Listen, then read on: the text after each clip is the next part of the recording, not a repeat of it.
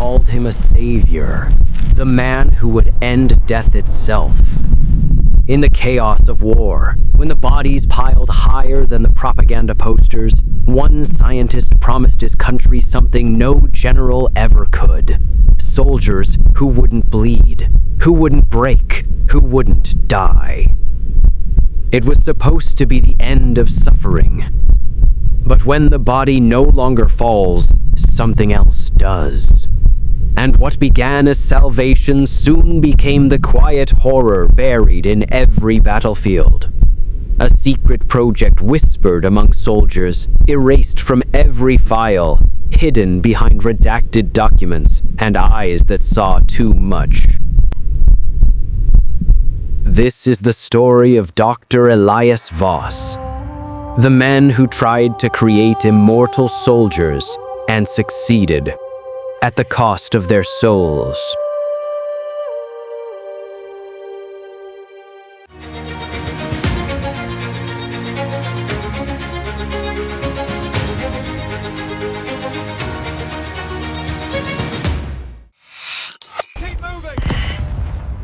In the smoke of endless wars, nations turned to science as their last religion. The year was 2067. The Western coalition had been locked in conflict for 8 years, a grinding, brutal war of attrition where victory was measured in meters gained and thousands lost.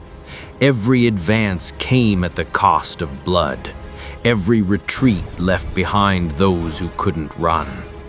In military hospitals across the continent, doctors worked miracles daily. They reattached limbs, printed organs, replaced shattered bones with titanium. But there were limits. There were always limits. And for every life they saved, 3 more slipped through their fingers.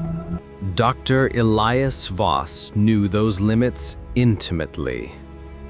At 34, he was one of the coalition's leading biochemists, a specialist in regenerative medicine and cellular reconstruction. He had dedicated his life to one purpose: keeping soldiers alive long enough to see home again. But he had failed the one soldier who mattered most. His younger brother, Michael, had died in the Krakow offensive, not from the initial wound, but from the 6 hours it took for evacuation. 6 hours of bleeding out in the rubble, conscious and afraid, waiting for help that arrived too late. He was talking when they found him, Voss later wrote in his personal journal. He asked if I could fix him. Doctor, Elias Voss, could you fix me? Like when we were kids and I'd bandage his scraped knees. I couldn't even be there. I couldn't fix anything. Grief doesn't always destroy. Sometimes it builds. For Voss, his brother's death became a blueprint, a problem to be solved, an equation to be balanced.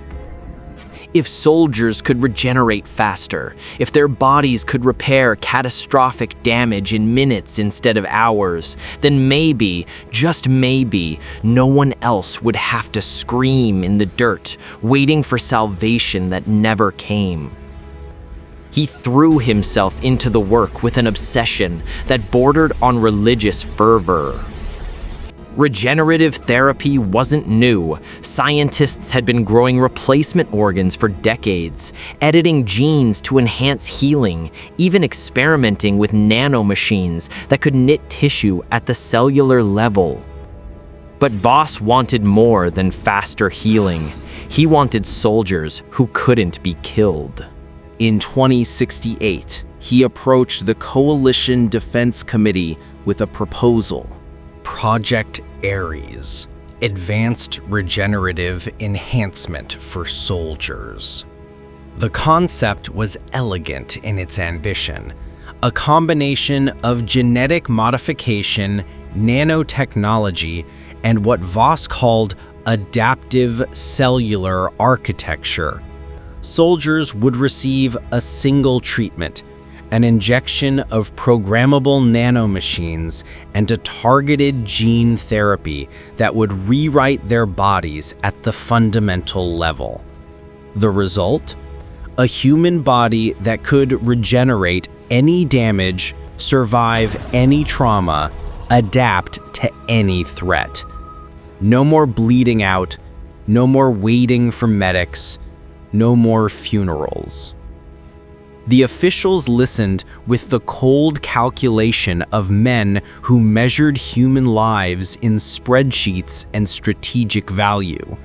They saw what Voss couldn't, not an end to suffering, but an end to their greatest tactical disadvantage. If I can stop the dying, Voss told them, maybe I can stop the war. They nodded, they smiled. They allocated $2 billion in funding and a facility deep in the Bavarian mountains where questions wouldn't be asked. And as Voss walked out of that meeting, proud and purposeful, he didn't notice the look they exchanged. The look of men who had just acquired the future of warfare. The early trials were promising. Lab rats with severed limbs regenerated them in hours. Primates survived gunshot wounds that should have been fatal, their bodies sealing the damage before blood loss could occur. The nanomachines worked exactly as designed, identifying injury, mobilizing resources, reconstructing tissue. At first, it looked like a miracle. By month 4, they were ready for human trials. The volunteers came from the military hospitals, soldiers too damaged to return to service, men and women who had already sacrificed everything. They were offered a choice: medical discharge and a lifetime of limitations, or a chance to be whole again, to be more than whole, to be invincible. They signed the forms. They were heroes, after all. Subject A1 was First Lieutenant Marcus Chen, 26 years old, missing his left arm below the elbow, his right leg crushed by artillery shrapnel. Before the war, he'd been studying engineering. After the war, he just wanted to walk without screaming. The procedure took 14 hours. When Chen woke up, his arm was growing back. Not a prosthetic, not a transplant. His own cells, guided by billions of microscopic machines, rebuilding bone and muscle and nerve according to his original genetic template. Within 3 days, he had fingers. Within a week, he could move them. Within 2 weeks, you couldn't tell which arm had been lost. The scientific community would have called it impossible. Voss called it vindication. "We've done it," Voss recorded in his video log, date stamped March 17th, 2069. His voice carried an exhaustion that was finally releasing into triumph. They can't die. They can heal from anything. This is it. This is how we save them all. But there were details in that footage that he didn't notice yet. Chen's heart rate on the monitors, 30 beats per minute. Lower than sleep, lower than meditation. Almost absent. His skin, under the bright laboratory lights, had a faint translucence, like wax stretched too thin. And his eyes, when he thought no one was watching, held nothing. Not peace, not relief, just emptiness. Subjects A2 through A12 followed over the next 2 months. Every procedure succeeded. Every soldier regenerated.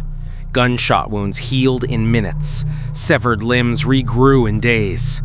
One subject, Lieutenant Sarah Kim, survived having her heart pierced during a training accident.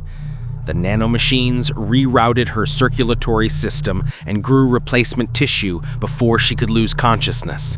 The military observers were ecstatic. "You've given us the future of warfare," General Marcus Brandt told Voss during a facility inspection. "Soldiers who don't break. Armies that can't be stopped." But Voss was beginning to notice the small things. The subjects no longer needed sleep. They claimed they didn't want to. They felt no hunger unless their blood sugar dropped to critical levels. And even then, it was an intellectual awareness, not a craving. They reported no pain, none, even when researchers deliberately inflicted injuries to test regeneration speed. The subjects watched with clinical detachment as their flesh burned or bled or tore, then reformed. Subject A1 shows no pain response, Dr. Sarah Lynn, Voss's deputy, noted in her report. When asked if the burn hurt, he said, "I understand that it should, but I don't feel anything anymore."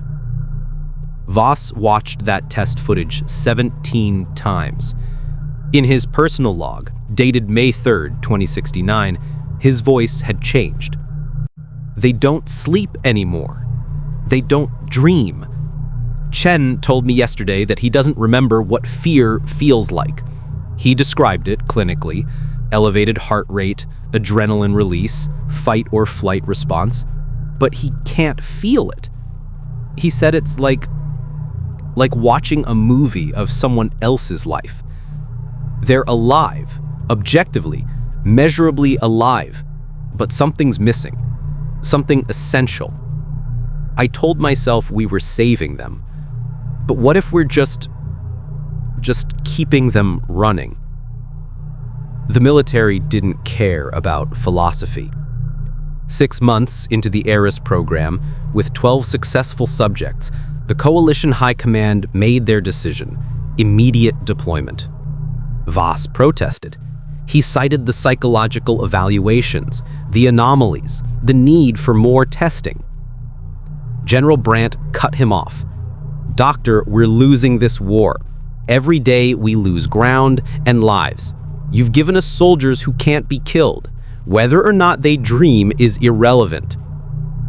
Deployment was authorized for June 2069. Voss stood in the observation bay and watched his creations march toward the transport vehicles. Chen glanced back once, just for a moment. His mouth moved, but no sound came out. Voss would spend the rest of his life wondering what he'd tried to say.